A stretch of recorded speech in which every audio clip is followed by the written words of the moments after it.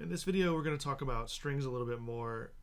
Oftentimes, strings get treated as primitive data types, meaning that they're very simple and that they only have sort of one very insignificant operator, and that's the concatenation operator. And we've talked about that before, where you can use the plus sign to concatenate two strings, which basically just means that you're going to take one string and append it to the end of the other string.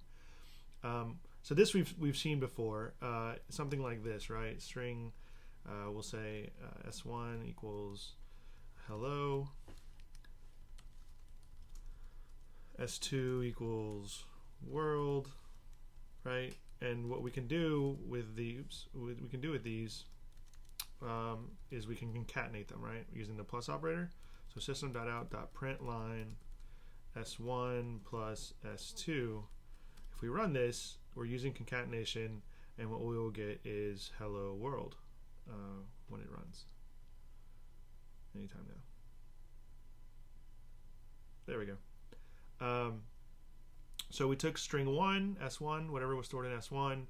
We use this plus sign when we're dealing with strings. That means concatenation, and then we're concatenating it with S2, so we're getting hello world. But like I said, there are a lot of other operations you can do with strings, and essentially they're not really primitive data types. They're actually kind of complex. If we stick with something simple for now, let's go, since we're talking about Richmond.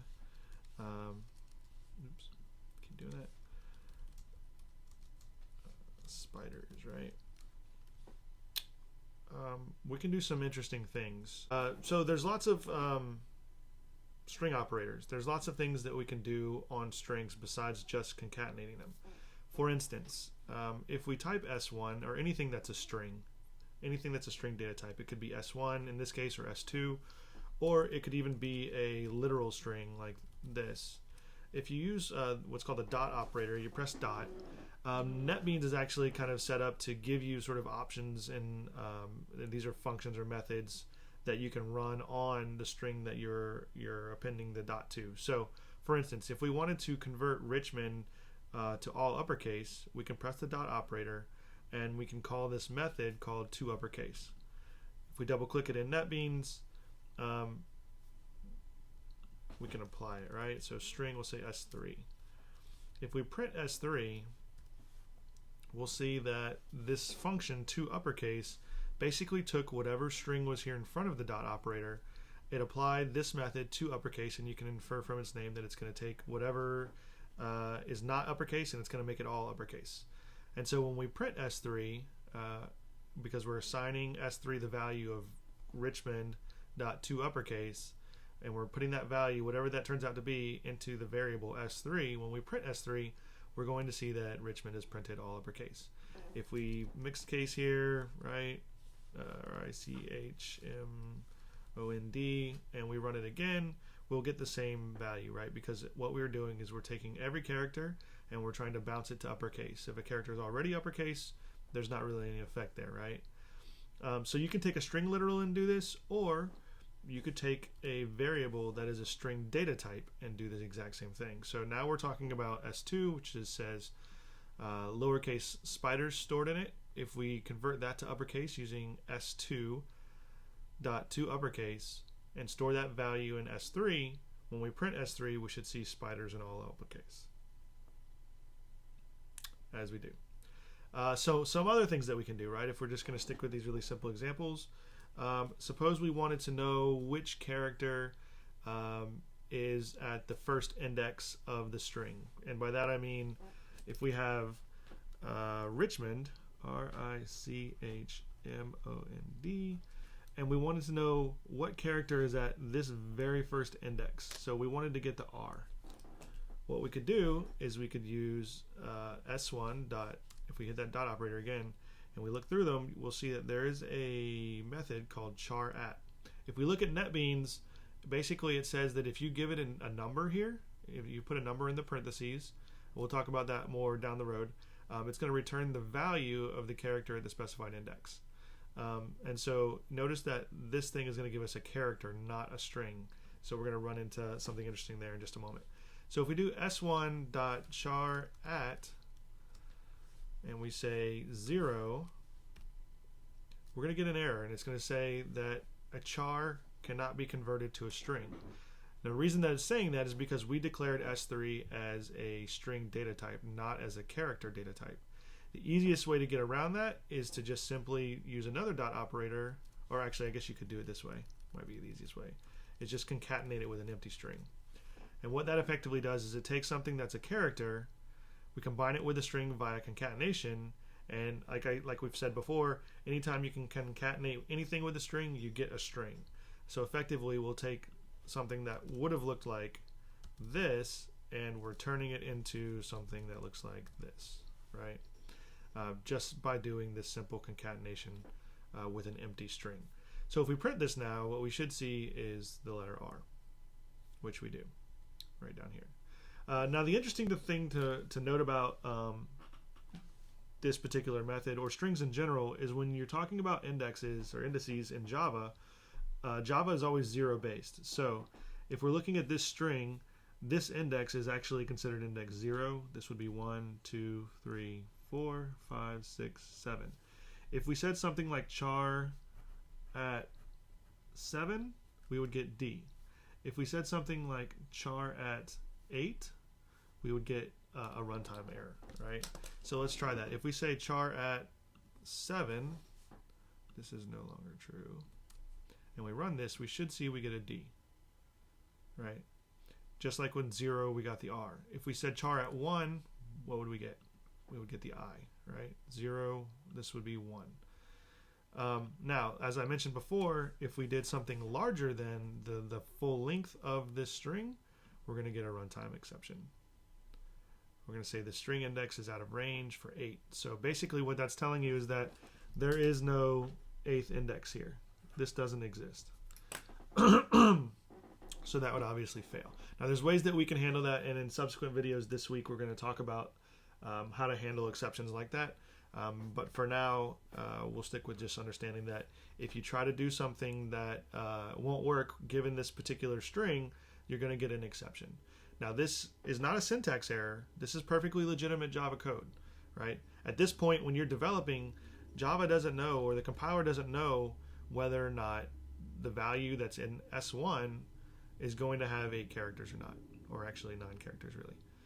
So it's not a compilation error, it's not a syntax error, this is a semantic error, and so we can handle semantic errors using some constructs that exist within the language. But for now, I just wanted to point that out. Some other things that we might do, suppose we wanted to find the first occurrence of S in spiders, right? So we could say s2.index of, and we could say we want to find the first index of S. Now what do you think this, oh obviously this is going to give us a number, right? We'll say I1.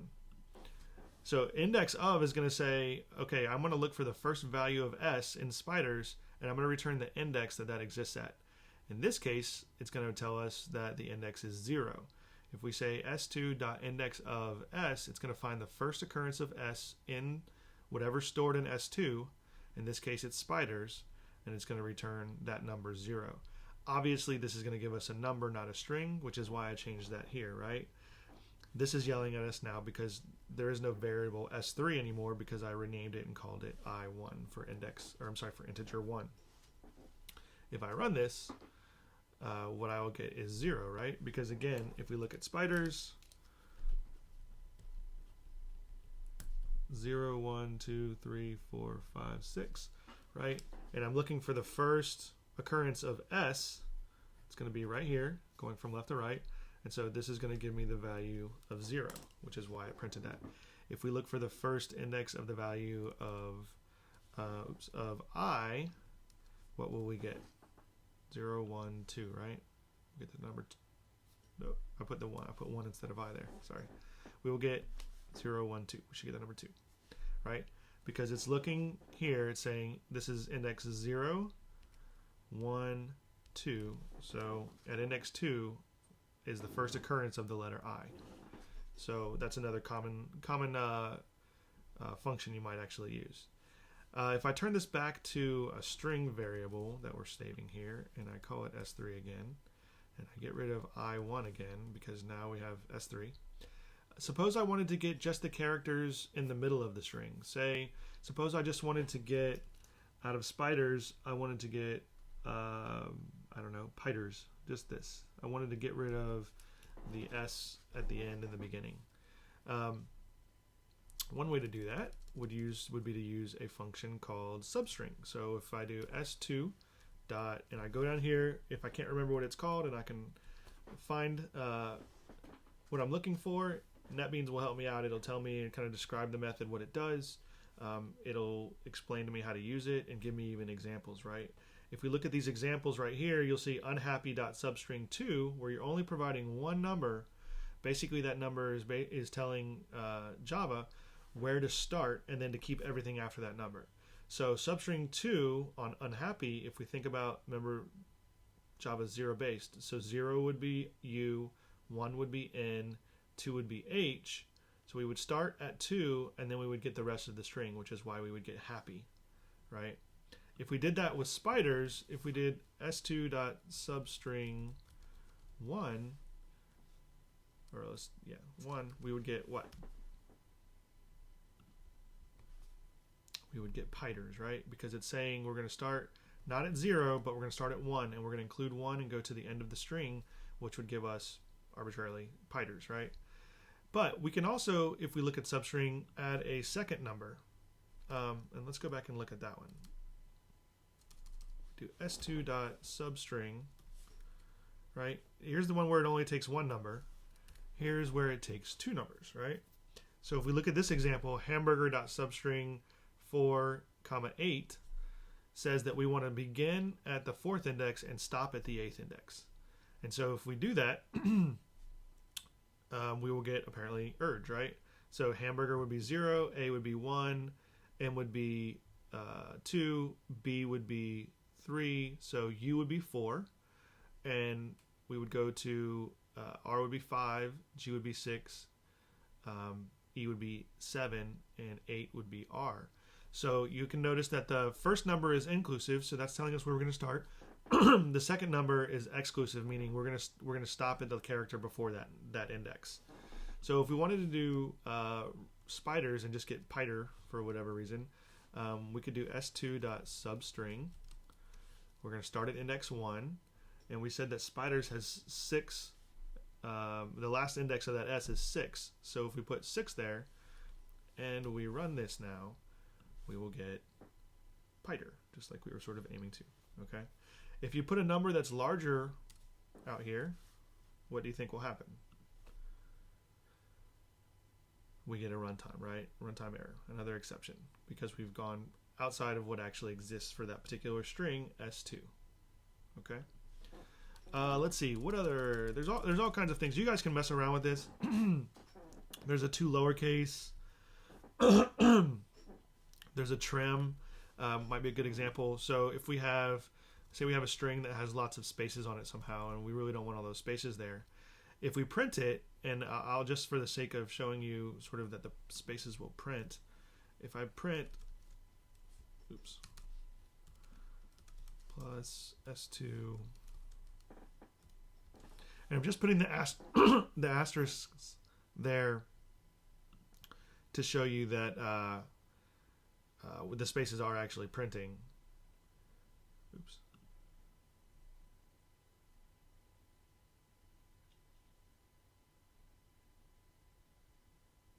Oh, sorry. There we go. Found out that there was a problem there. Every statement ends in a semicolon, right? All right. So now if we run this, what we see is that these are these asterisks that are printed, or because I just put them in my print statement. But all of this represents what's stored in S2, just like we see up here, right? We added spaces. If we change this now, and I'm just going to copy this over, and I'm going to add on here S2 dot trim, and we print again, you'll see it gets rid of all the spaces at the front and at the end, right? It's basically trimming all of the spaces out. Another useful thing you could do that you'll see on occasion is you have occasions to find and replace values or pieces or parts of a particular string.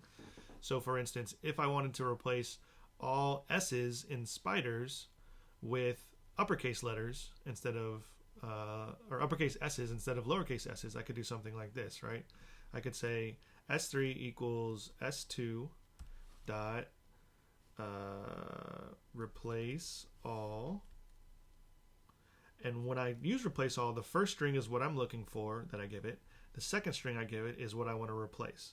So if I do replace all S with uppercase S, that will give me spiders with capital S's, right?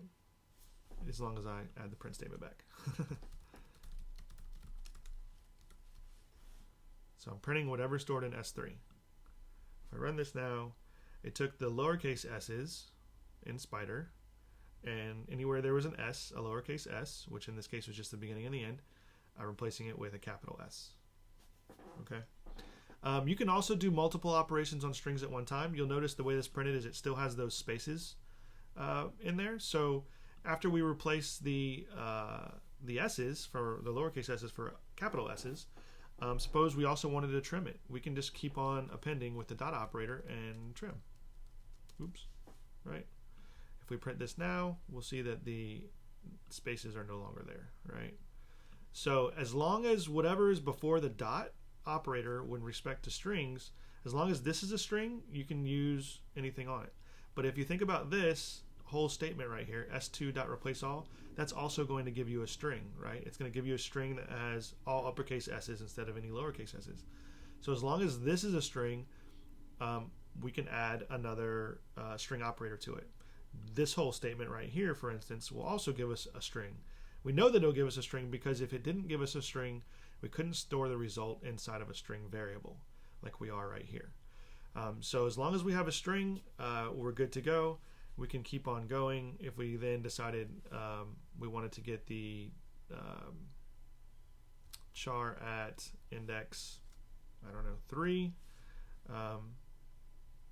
again, because this is going to ultimately, at the end of the day, this char at is going to give us a character, not a string. So we have to concatenate that with an empty string. And we print it, we will get D, right? Notice that it's working left to right. So it replaced all of the S's with lowercase and uppercases. Then it did the trim. And then it did the char at 3. And the reason that we know it did that in that order, because if we looked at this particular string, if the trim had not occurred yet, the third, or really the fourth character, 0, 1, 2, 3, would have been a space. And we got a D. So we can see that when we're doing string operations and we're sort of cascading them, if you will, it's going to start from the left and work towards the right. Okay. Again, you can play around with this. There are all kinds of interesting string operators, which you can take a look at when you can play with. Things like ends with will return a Boolean value that tells you whether or not the string ends with a certain whatever you ask it to check for. If we wanted to see if spiders ends in ERS, we could say s2.ends with ERS. And let's do this. We'll just drop this directly on the print statement right here. And if we run that, we will get either true or false. And in this case, right, we got false. Why did we get false? Because we have all these spaces here. And it's going to say, does it end with ERS? And the answer is no, it actually ends in 3 spaces. If we do s2.trim and dot ends with ERS, we should see true, right? So we get true there. So essentially what we're doing is we're taking S2, we're getting rid of all of the spaces in S2, and then we are checking to see if S2, after we remove all the spaces, ends with ERS, in which it does, obviously. So I've put some, Okay, so that should give you kind of a brief overview. I encourage you to play with string operations. Again, this should sort of indicate that, if we're just looking at concatenation, maybe this could be considered a very primitive data type. But the fact that we can do all of these kind of interesting things to strings, and they all have their place and frankly, you'll use a lot of them over the course of this class and over the course of any programming you do in the real world, you'll find that being able to work with strings in this capacity makes your life a lot easier. So I encourage you to play around with the string operators more. Just do examples on your own. Just see what kind of issues or challenges or problems you run into. And if you have questions, you can obviously bring them to me.